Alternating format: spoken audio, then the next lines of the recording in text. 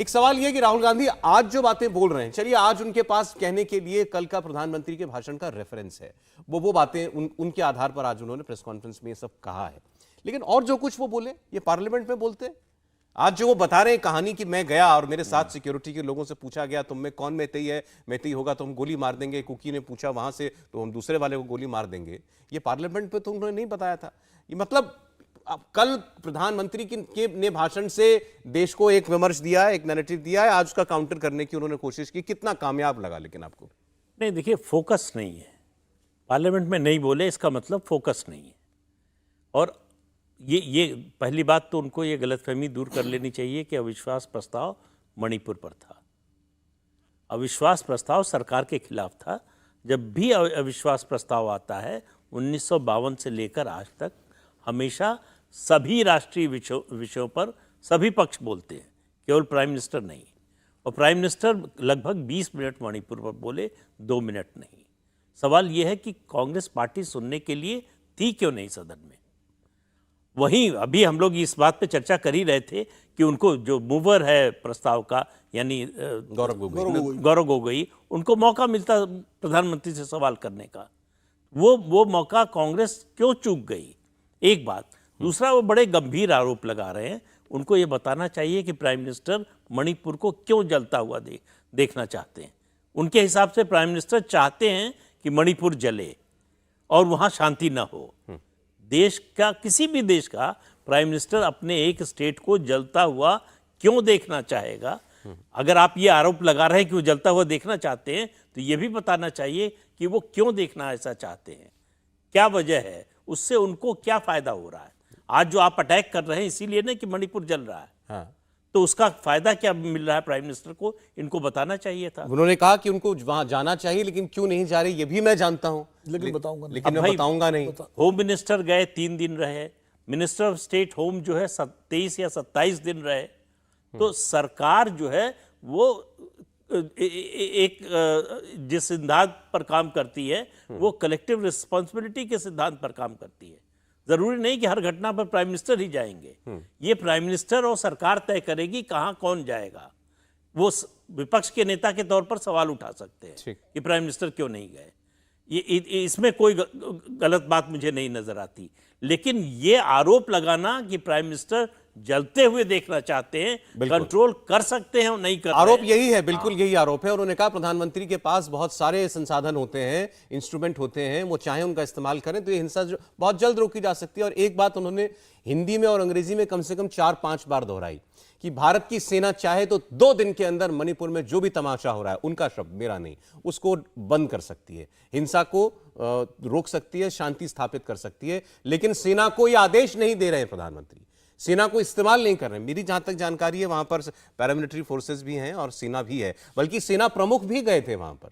जब मई में ये सब कुछ वहां शुरू हुआ तो सेना प्रमुख भी कुछ दिन वहां पर रुके थे। तो ये कहना कि सेना से वो चाह रहे हैं, वो ये कहना चाह रहे हैं सेना के हवाले कर दिया जाए, जैसे जम्मू कश्मीर में सेना की उपस्थिति बहुत स्ट्रांग है या उस तरह, क्योंकि अभी असम राइफल वहाँ पर है और असम राइफल और मणिपुर पुलिस के बीच में जिस तरह के रिश्ते खराब हुए हैं कि एक दूसरे के खिलाफ FIR हो रही है, वो इसी थोड़ी सी चिंताजनक है।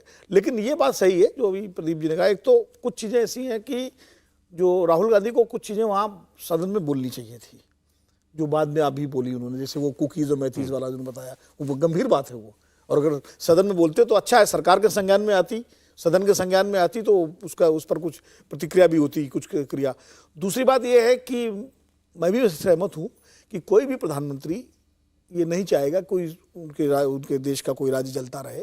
और अगर ये आरोप लगाया है उन्होंने तो इसके पीछे सब्सटेंशिएट भी करना चाहिए कि हाँ ऐसा, इसमें क्या स्वार्थ हो सकता है प्रधानमंत्री का या सत्ताधारी दल का, भारतीय जनता पार्टी का, या क्या स्वार्थ हो सकता है ऐसा करने में, तो स्वार्थ को बताना पड़ेगा। तो खाली आरोप लगाने से बात नहीं बनेगी फिर, अगर ये है तो उसको। और तीसरी बात वही है जो हम लोग पहले भी कह चुके हैं कि ये सारी बातें गौरव गोगोई अपने राइट टू रिप्लाई में कह सकते थे, उनके पास एक मौका था। तो वॉकआउट करके एक तरह से सरकार को अपोजिशन ने एक पूरा केक वॉक दे दिया, जिसको कहते हैं ना कि केक उस लड़ाई में।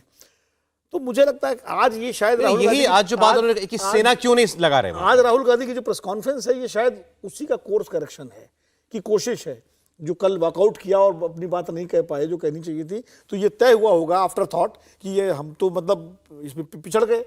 तो आखिर तरीका यही था कि राहुल गांधी प्रेस कॉन्फ्रेंस करें, मीडिया अटेंशन मिलेगा और वो जो बात कही जानी चाहिए वो अब कहें। तो ये मुझे एक आफ्टर थॉट देखिए, इसमें उन्होंने अधीर रंजन के सस्पेंशन पे एक शब्द नहीं बोला जी, या आज राघव चड्ढा सस्पेंड हुए और संजय सिंह उस इशू पर, जबकि हम लोग शुरू में सोच रहे थे अधीर रंजन भी आएंगे, मल्लिकार्जुन खड़गे साहब भी आएंगे, तो सवाल पूछा भी गया, सवाल पूछा गया, उनका पूरा फोकस वही मणिपुर पर ही था।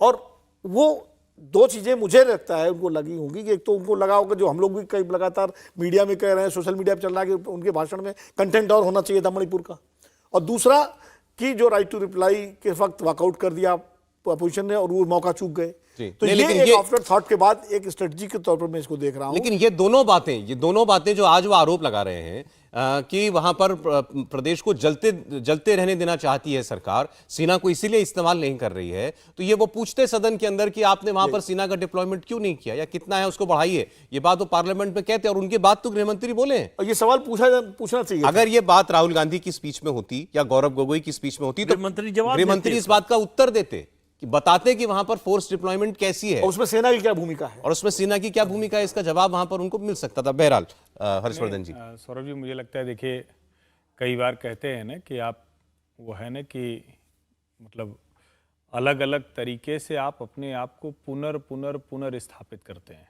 आप कहते हैं कि नहीं हम ऐसे ही हैं भाई, आप हमको देख नहीं पा रहे हैं, समझ नहीं पा रहे हैं, मेरा परिचय आपसे ठीक से नहीं हो पा रहा है। तो राहुल गांधी ने आज फिर से परिचय दिया। ये बड़ा विचित्र है, जिस राज्य में भारतीय जनता पार्टी की सरकार है, पूर्ण बहुमत की सरकार है, अभी कुछ ही समय पहले तो मणिपुर जीत के आई है भाजपा, और बहुत पूर्ण बहुमत के साथ जीत के आई है, दोबारा जीत कर आई है। शांति इस कदर थी कि जो अमित शाह ने अपने भाषण में कहा कि कभी कर्फ्यू नहीं लगाना पड़ा, सचमुच वहां जो हालात वो बता रहे हैं वो हो गया है, तो ये सबसे बड़ी चिंता तो भाजपा के लिए होगी। और अगर प्रधानमंत्री नरेंद्र मोदी के लिए चिंता नहीं रहती तो गृहमंत्री को क्यों भेजते? नहीं भेजते। क्यों वहां से स्पेशल एडवाइजर बनाकर एक आईपीएस ऑफिसर को बीरेंद्र सिंह के साथ अटैच किया जाता? लेकिन जब इस तरह से राहुल गांधी बोलते हैं तो मुझे याद आता है 2019 के पहले राफेल चौकीदार चोर है। मुझे याद आता है प्रधानमंत्री अमेरिका जाते हैं तो कहते हैं ये जितनी डील हो रही है सब में कुछ न कुछ गड़बड़ है, ये प्रीडेटर और रीपर ये सब जो है ज्यादा पैसे में खरीद रहे हैं। ये दरअसल एक जिसको कहें कि राहुल गांधी एक खास किस्म के खांचे में हैं, उस खांचे से निकल नहीं पा रहे हैं।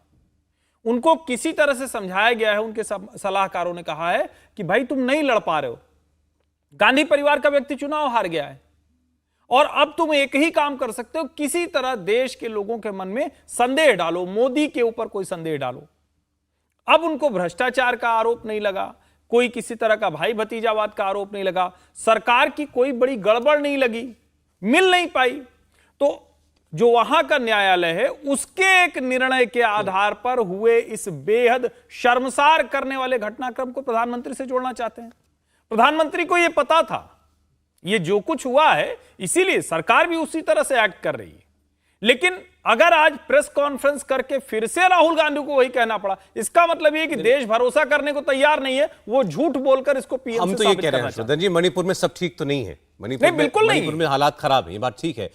ये विपक्ष का काम है कि वो सरकार की जिम्मेदारी तय करे, बताए या कमियां बताए। मैं कह रहा हूं क्या वो ये कर पा रहे हैं? ये मैं कह रहा हूं एक लाइन की बात वो कहते हैं कि पीएम जलता हुआ देखना चाहते हैं, लेकिन वो बताते, मैं वहां गया था, मैंने ये देखा, मुझे जानकारी मिली, कोई एक बात वो बता पा रहे हैं क्या? वो सिर्फ संदेह पैदा कर रहे हैं। ये संदेह पैदा करने की राजनीति अब देश में नहीं चल पा। अगर वो ये कहते कि 4 महीने से मणिपुर जल रहा है, राज्य सरकार केंद्र सरकार दोनों फेल हो गई उसको कंट्रोल करने में, बिल्कुल सही बात होती। लेकिन पीएम की नीयत पर शक करना कि वो ऐसा चाहते हैं, मतलब पीएम चाहते हैं कि 6-6.25 साल में मणिपुर में जो शांति स्थापित की थी वो खत्म हो जाए, इस पर कौन भरोसा करेगा? या दूसरी बात जो उन्होंने कही कि वो चीर दिया है मणिपुर को, अब वो एक नहीं 2 राज्य है, मतलब एक मैतेई का हिस्सा है, एक कुकी का हिस्सा हो गया है। उनको ऐतिहासिक संदर्भ नहीं मालूम है कि मैतेई और कुकी का झगड़ा आज का नहीं है,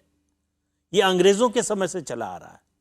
कुकी यहाँ के रहने वाले नहीं है, वो म्यांमार से आए हैं और उनका स्वागत एक समय मैतेई समुदाय के लोगों ने किया था। नाराज से लड़ने के लिए। हाँ, मैं ये कह रहा हूं कि वो जो कह रहे हैं और उनके आरोप को उसके साथ जोड़ दें, उनका अनुभव और उनका आरोप अगर आप जोड़ दें तो मतलब ये कि प्रधानमंत्री या सरकार ये चाहती है कि मणिपुर ऐसे ही इन एथनिक लाइंस पर विभाजित हो जाए। असल में इसीलिए कह रहा हूं ना कि उनको ऐतिहासिक संदर्भ नहीं मालूम है, उनको मणिपुर की हकीकत नहीं मालूम है, उनको मैतेई और कुकी समुदाय का जो संघर्ष है वो नहीं मालूम है, उसकी फॉल्ट लाइंस के बारे में जानकारी नहीं है। इसे केवल उनको प्रधानमंत्री की नीयत पर शक करना है, उनकी जो विश्वसनीयता है उस पर संदेह खड़ा करना है, सिर्फ इस मकसद से जो भी आरोप लगा रहे हैं। नहीं, और एक जरूरी बात जो बार बार कह रहे हैं कि हमारी सेना तय कर लेगी, और वो सेना करती है, लेकिन इसी मोदी सरकार ने जिस मणिपुर से ऐसी तस्वीरें आती थी जो इससे कम शर्मसार करने वाली नहीं होती थी, महिलाएं अपने आगे बैनर, निर्वस्त्र होकर अपने आगे बैनर लगाकर, और वो कहती थी कि हमारे साथ ये गड़बड़ हो रहा है, हमारे साथ वो गड़बड़ हो रहा है, सेना के खिलाफ प्रदर्शन करती थी, अफसपा हटाने की मांग करती थी। इरोम शर्मिला हमें याद आ जाती है। इस सरकार ने 70% से ज्यादा एरिया से अफसपा हटाया, लेकिन मैं भी ये मांग करूंगा कि बिल्कुल जिस तरह की स्थितियां हैं उसको सुधारने के लिए कुछ भी किया जाए, लेकिन बम न गिराया जाए अपने नागरिकों पर।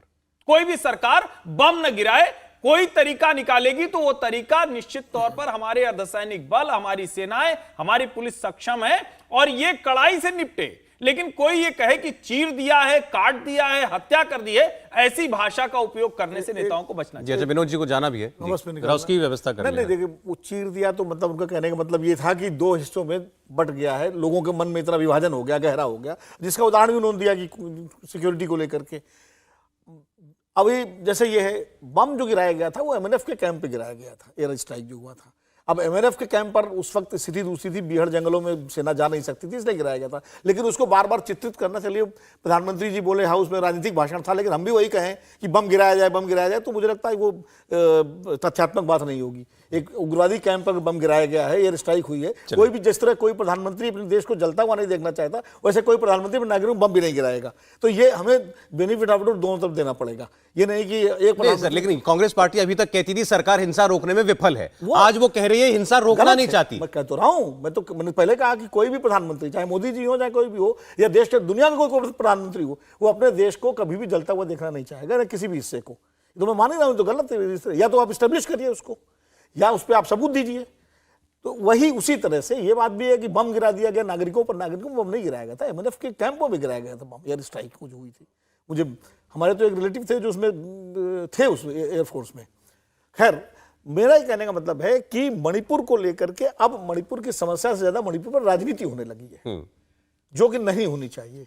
कायदे से तो कल संसद से जो एक स्वर निकलना चाहिए था कि पक्ष विपक्ष मिल करके कोई रास्ता निकालते और यहां से एक संयुक्त डेलीगेशन जाता किसी बड़े केंद्र गृह मंत्री के नेतृत्व में या केंद्रीय मंत्री के नेतृत्व में, और जो वहां सारे पक्षों से बात करता। तरीका ये होना चाहिए, बजाय आरोप प्रत्यारोप की राजनीति की। कांग्रेस पार्टी कहे कि सरकार नहीं चाहती कि मणिपुर में शांति हो, और सरकार कहे तो कांग्रेस जमाने से चला आ रहा है, इस जमाने से चला आ रहा है। ये इससे समस्या का हल नहीं होगा जी। अगर वाकई हम सब देशभक्त हैं, पूरा ये दल, तो मणिपुर पर बाकायदा बैठ के बात हो, सर्वदलीय बैठक हो, और उसके बाद उस पर एक रास्ता निकले। हर्षवर्धन जी, दूसरा आरोप जो आज लगाया राहुल गांधी ने कि गंभीरता नहीं थी प्रधानमंत्री के भाषण में, हंस रहे थे, चुटकुले सुना रहे थे, तालियां उनके लोग मेज थपथपा रहे थे, नारे लगा रहे थे। गंभीरता, यहाँ लोग मर रहे हैं, वहां पर हंसी मजाक हो रहा है पार्लियामेंट में। देखिए, दो चीजें होती हैं। जब आप कहते हैं कि किसी जगह पर कोई दुख की घड़ी आ गई है, तो उस जगह पर आपका व्यवहार कैसा होता है, उसके बारे में बोलते हुए आपका व्यवहार कैसा होता है। लेकिन आप कहेंगे कि उस व्यक्ति के जीवन में कुछ भी होगा तो वो दुख भारी रहेगा, ये निजी जीवन में भी संभव नहीं। मैं बहुत गंभीरता से कह रहा हूं, लोगों को सुनते हुए अजीब लगेगा। लेकिन आप सोचिए कि राहुल गांधी कह रहे हैं कि 20 तारीख से जब तक ये 8, 9, 10 तक हुआ, तब तक राहुल गांधी हंस नहीं रहे थे। राहुल गांधी क्या कर रहे थे? इतने दिनों से सदन में हल्ला हंगामा जो हो रहा था, वो गंभीरता थी, वो संवेदनशीलता थी।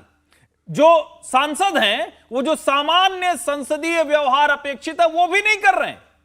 कांग्रेस पार्टी के नेता को इस सदन की चर्चा के बीच में राजस्थान रैली करने जाना है, और वो क्या कर रहे थे? वो आदिवासी और वनवासी का भेद बता रहे थे। मुझे लगता है कि इस तरह के आरोप लगाते हुए यह ध्यान में रखना चाहिए कि समय बदल गया है, सब कुछ लाइव टेलीकास्ट होता है, और जब अविश्वास प्रस्ताव होता है तो प्रधानमंत्री या जो भी सत्ता में रहता है उस दल का नेता जो प्रधानमंत्री की कुर्सी पर होता है वो अपने खिलाफ लगे सारे आरोपों का जवाब देता है। भारत जोड़ो यात्रा कहां से आ गई थी? मणिपुर में गई थी क्या? मणिपुर भारत जोड़ो यात्रा के रूट में था। राहुल गांधी बताए कहां गए थे भारत जोड़ो यात्रा में, और वो कहां से वो बता रहे थे, वो किससे जो सुना रहे थे? रावण, मेघनाथ, कुंभकर्ण मणिपुर में थे क्या? अडानी मणिपुर में कारोबार कर रहे थे क्या जाकर? मुझे लगता है राहुल गांधी के जो सब्सटेंस है, जो उनका आधार है, वो बार बार मैं कह रहा हूं कि अपने आप को देश से परिचित कराते हैं। देश अगर भूल जाता है कि राहुल गांधी कितने गंभीर हैं या कितने नहीं है, तो फिर से परिचित कराते हैं कि मैं ही हूं, मुझे पहचानो। थोड़ा सा भूल गए हो तो मैं याद दिलाता हूं। खैर, अब ये संसद में तो जो हुआ वो हुआ। अब इस मुद्दे को जिंदा रखना चाहती है खैर कांग्रेस पार्टी, इसमें तो कोई शक नहीं है। नहीं, इस मुद्दे को जिंदा रखना चाहती है, इसलिए संसद चलने नहीं दी, इसलिए संसद में इस पर चर्चा नहीं होने दी। आप देखिए कि नियम का बहाना करके संसद में लगातार इस पर चर्चा को रोका।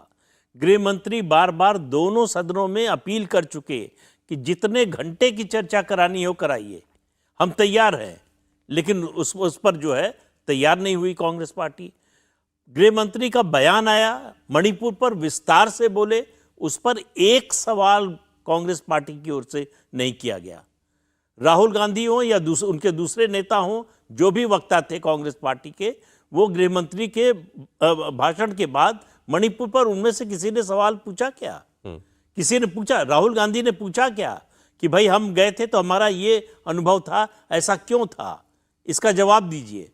अगर उन्होंने पूछा होता तो उसका जवाब भी आता, लेकिन वो मुद्दे को किसी न किसी रूप में उस पर राजनीति करते रहना है। चलिए, अब इसका जवाब भारतीय जनता पार्टी भी देना चाह रही होगी। हो सकता है उनकी तरफ से भी कोई प्रेस कॉन्फ्रेंस करके जवाब दिया जाए। लेकिन राहुल गांधी ने जो चर्चा यहां हुई, जो बातें कही, वो बड़ी गंभीर जरूर हैं, लेकिन ये आरोप कोरे आरोप लगते हैं जब तक वो इसके पीछे कोई सब्सटैंशियल वजह नहीं बताते, कोई प्रमाण दें। प्रमाण नहीं दे सकते तो तर्क दें। अगर वो ये देश के सामने ये बात आरोप लगा रहे हैं कि प्रधानमंत्री की इच्छा है कि मणिपुर जलता रहे, तो फिर उनको बताना चाहिए कि इससे प्रधानमंत्री को क्या हासिल हो रहा है। वरना लोग यही कहेंगे कि राहुल आए और एक कोरा आरोप लगाकर चले गए। जो कल प्रधानमंत्री ने भी कहा कि आते हैं, गाली देते हैं, आरोप लगाते हैं और फिर भाग जाते हैं। इंडिया टीवी हर वक्त हर जगह डाउनलोड करने के लिए सर्च करें India TV news Google play store या ऐप स्टोर पर।